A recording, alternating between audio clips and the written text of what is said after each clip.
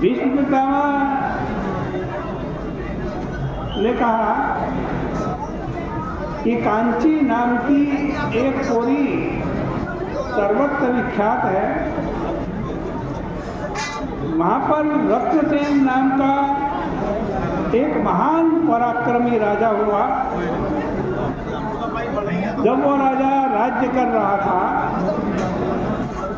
उस समय अपने कर्म में तत्पर देवस्वामी नाम का विख्यात ब्राह्मण वहाँ रहता था।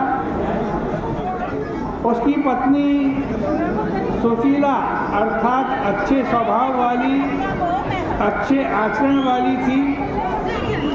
स्त्री का नाम धनवती था। उसका यह नाम यथार्थ था। वह ऐसी लगती थी जैसे आकार धारण किए हुए साक्षात लक्ष्मी हो। इस पत्नी ने 7 शुभ पुत्र उत्पन्न किए और एक रमणीय कन्या भी उत्पन्न की जिसका नाम गुणवती था। पुत्रों का विवाह कर दिया गया और वे सुखपूर्वक रहने लगे। किंतु कन्या गुणवती कुंवारी थी और अपने लिए योग्य वर की अभिलाषा करती थी। इसी बीच एक ब्राह्मण भिक्षा के लिए उनके यहाँ आया। वह अपने तेज के कारण मूर्तिमान अग्नि की तरह प्रदीप्त था। दरवाजे पे आकर उसने आशीर्वाद दिया।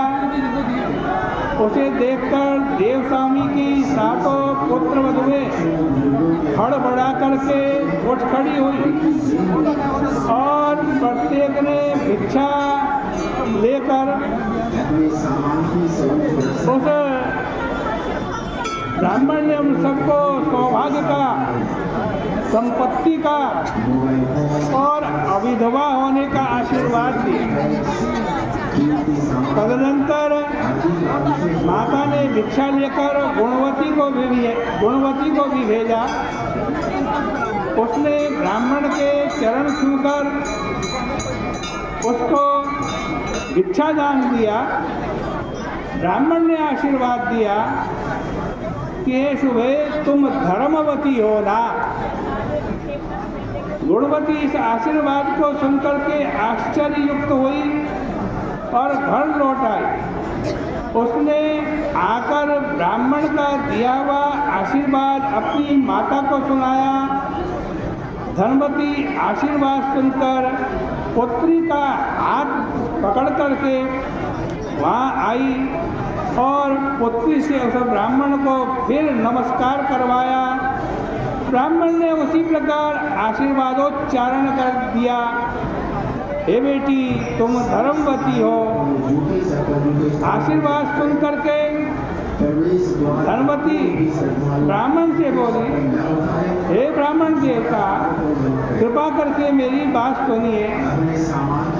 मेरी पुत्री ने जो प्रणाम किया आपने उसे विपरीत वरदान क्यों दिया? आप बार बार यही कह रहे हैं कि हे बद्रे तुम धर्मवती हो। मेरी बहुओं ने जब आपको प्रणाम किया तो आपने उनको अविधवा होने का सुख सौभाग्य प्राप्त करने के अच्छे आशीर्वाद दिए, पर लड़की को ऐसा आशीर्वाद क्यों दिया? इसका विस्तार पूर्वक वर्णन करिए। ब्राह्मण ने कहा, हे धनवती तुम धन्य हो, तुम्हारा चरित्र पृथ्वी पर विख्यात है। मैंने तुम्हारी लड़की को यथा योग्य आशीर्वाद दिया।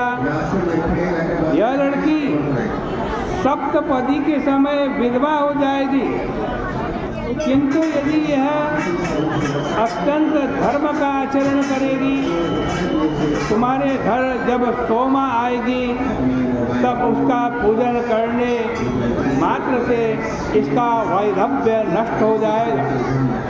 अतः मैंने इसे यह आशीर्वाद दिया है कि शुभे तुम धर्मवती हो।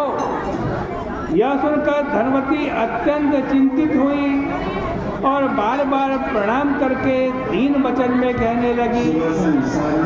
धनवती ने कहा, सोमा के आने मात्र से वैधव्य का नाश हो जाएगा।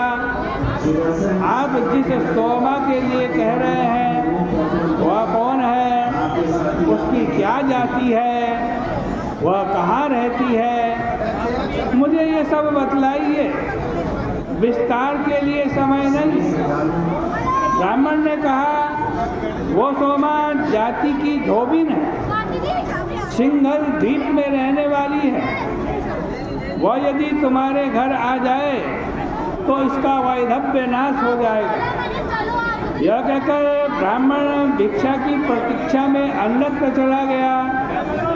धनवती ने अपने पुत्रों से कहा, हे पुत्रों, यह गुणवती मेरी कन्या और तुम्हारी बहन है। सोमा के आगमन मात्र से इसका वैधव्य नष्ट हो सकता है।